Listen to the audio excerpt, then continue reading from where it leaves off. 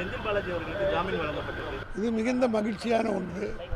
அதாவது சென்டிமெண்டலாக சொல்லணும்னா, எங்கள் தலைவர் தேர்தல் பிரச்சாரத்தை நாடாளுமன்ற தேர்தல் பிரச்சாரம் துவங்குவதற்கு அன்றுதான் பொன்முடி மீது இருந்த வழக்கு விடுவிக்கப்பட்டு அவர் அமைச்சராக ராஜ்பவனில் பதவி பிரமாணம் செய்துவிட்டு அவர் தேர்தல் பிரச்சாரத்தை துவங்கி 40க்கு 40 வெற்றி பெற்றோம்.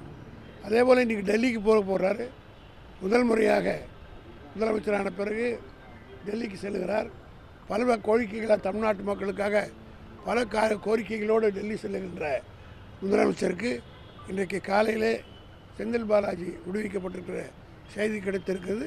சென்டிமெண்ட்டில் டெல்லியினுடைய பயணமும் மிகப்பெரிய வெற்றி தான் பெறும் என்ற நம்பிக்கையும் மகிழ்ச்சியும் இருக்கிறது. ஏறக்குறைய ஓராண்டுகளுக்கு மேலே ஜெயிலில் 15 மாத காலம் சிறையில் இருந்திருக்கிறார். தேவையற்ற ஒன்று என்பதை நீதிமன்றம் சொல்லியிருக்கிறது.